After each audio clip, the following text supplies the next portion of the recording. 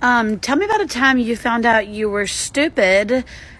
So, I was a junior in high school. I was around 17 years old, and I was at an Applebee's with a group of about 30 of my friends.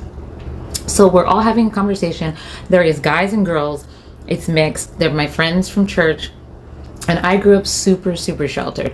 I mean, to the point where I did not have a TV growing up. I could not go to the movies. I did not get to spend the night over anybody's house that was not in our church. I just did not know about the world. I was very naive and sheltered. So we're at Applebee's and everyone's getting their food and we're all eating, and someone mentions that one of their cousins recently had a baby. And so I love babies and I was so excited, and I piped up and I go, how is she doing?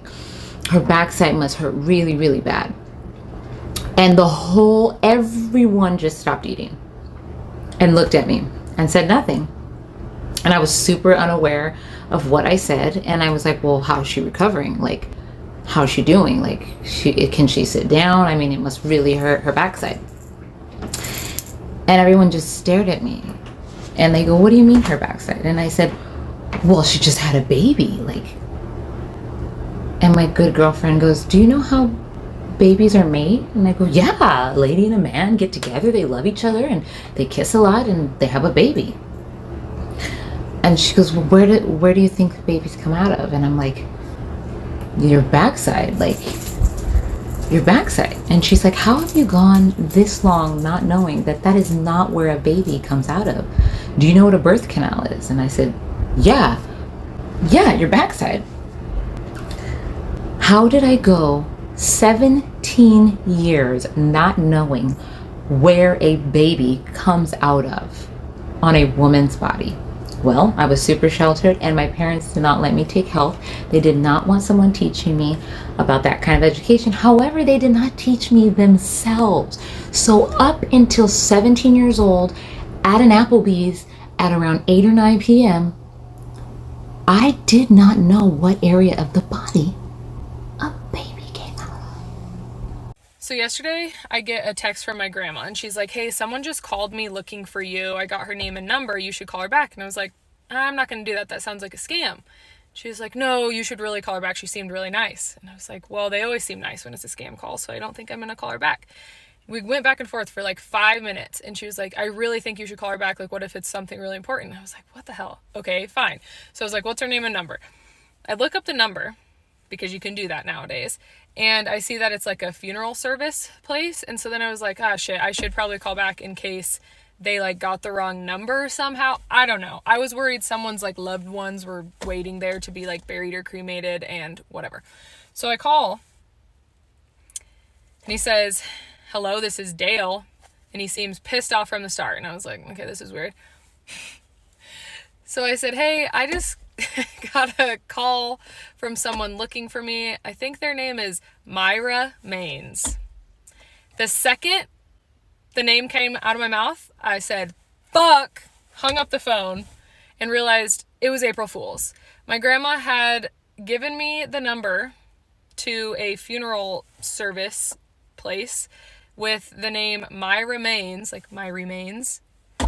And that's why Mr. Dale was so pissed off, because I bet I was not the first nor the last to call. So kudos to my grandma for being quite the practical joker. She also did it to my mom. So I matched with this guy, and y'all might want to sit down because this one gets a little bit crazy.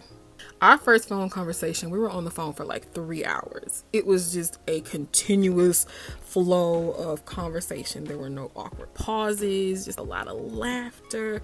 It was a whole entire vibe. So I felt good about it, because being somebody who likes to talk, I like having somebody who liked to talk as much as me. Every day for that entire week, without fail, we would text like almost all day. Whenever he was free at work, we were texting. Whenever I wasn't writing, we were texting. It was just like a constant flow of communication between me and him. So out of the blue, one day he's just non-communicado. He's absent, and I messaged him that morning like I normally do, and he was like, yeah, I'm on my way to work, and he was like, it's gonna be pretty busy today, so I'll just hit you up when things die down. And I was like, all right, cool. Mind you, this was like 9 o'clock in the morning. Did not hear from him all day. 6 o'clock rolled around, 7 o'clock rolled around, nothing. And so I sent him a text message kind of like, hey, Are you okay? Just checking in on you, because sometimes work would get crazy and it would stress him the fuck out. And so I would send him like a meme or a funny gift or something to, like, you know, trying to lift his spirits from a stressful day. That day he didn't respond at all. I waited a few hours and I was just like, is everything all right? But the message went undelivered. If you have an iPhone, you know there's only a couple of reasons why a message would go undelivered. The next day, it didn't take me long to realize that he blocked me. Literally, out of the blue. I have absolutely no idea what the happened. No explanation. Just poof! Ghost. Blocked. I know nothing. During our conversations, he told me about an ex he'd had. Like, he was in love with this woman. He wanted to marry this woman, but she ended up cheating on him with a co-worker, and all this hobbaloo drama that happened at work where he ended up having to relocate because he was about to fight the man inside. Like, it was a lot. But this was like years ago, and he swore he was over it and he was ready to get back out there and jump back in the dating pool because he'd been out of it for a long time. I get a text a couple of days ago from a number that is not saved in my phone saying, like, hey, if you're available, I'd like to explain some things. Mind you, it's been a month since all of this went down.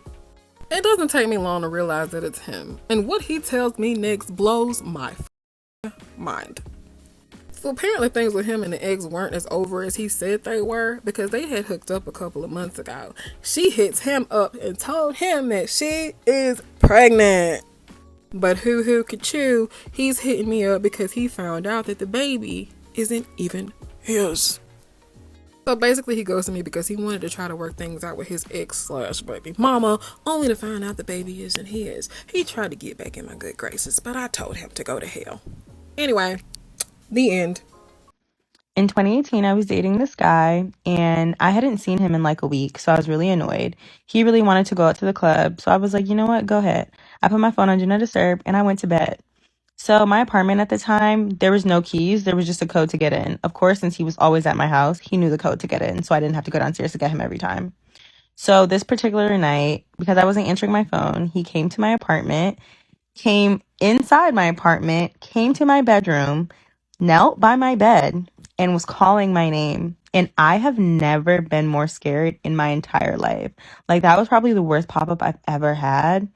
And literally 4 years later, to this day, every single time I go to bed, I lock my bedroom door because I'm terrified that this will happen to me again. And it's just the craziest thing because he really just violated my boundaries, and I will never forget it.